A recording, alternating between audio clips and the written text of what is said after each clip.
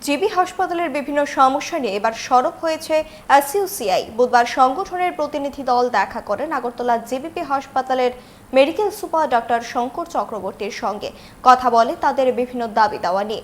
দাবিগুলির মধ্যে ছিল হাসপাতালের সার্বিক পরিকাঠামোগত উন্নয়ন, পর্যাপ্ত সংখ্যক চিকিৎসক নিয়োগ, জলের ব্যবস্থা সহ আরও বেশ কিছু। রাজ্যে রেফারেল হাসপাতাল বলতে জিবি হাসপাতালই আমরা বুঝি। সারা ত্রিপুরা রাজ্য থেকেই বিপন্ন রোগীরা এই হাসপাতালেই আসে রোগ মুক্তির জন্য, কিন্তু দেখা যাচ্ছে যে জরুরি পরিষেবাগুলো পর্যন্ত এই হাসপাতালে পাওয়া যাচ্ছে না।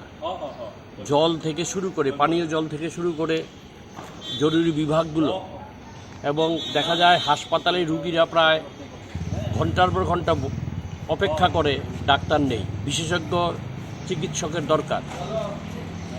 এই রকম 10টা দাবিকে সামনে রেখে আমরা আজকে মেডিকেল সুপারিনটেন্ডেন্টের কাছে আমাদের 10 দফা দাবি তুলে দিচ্ছি এসইউসিআই কমিউনিস্টের পক্ষ থেকে।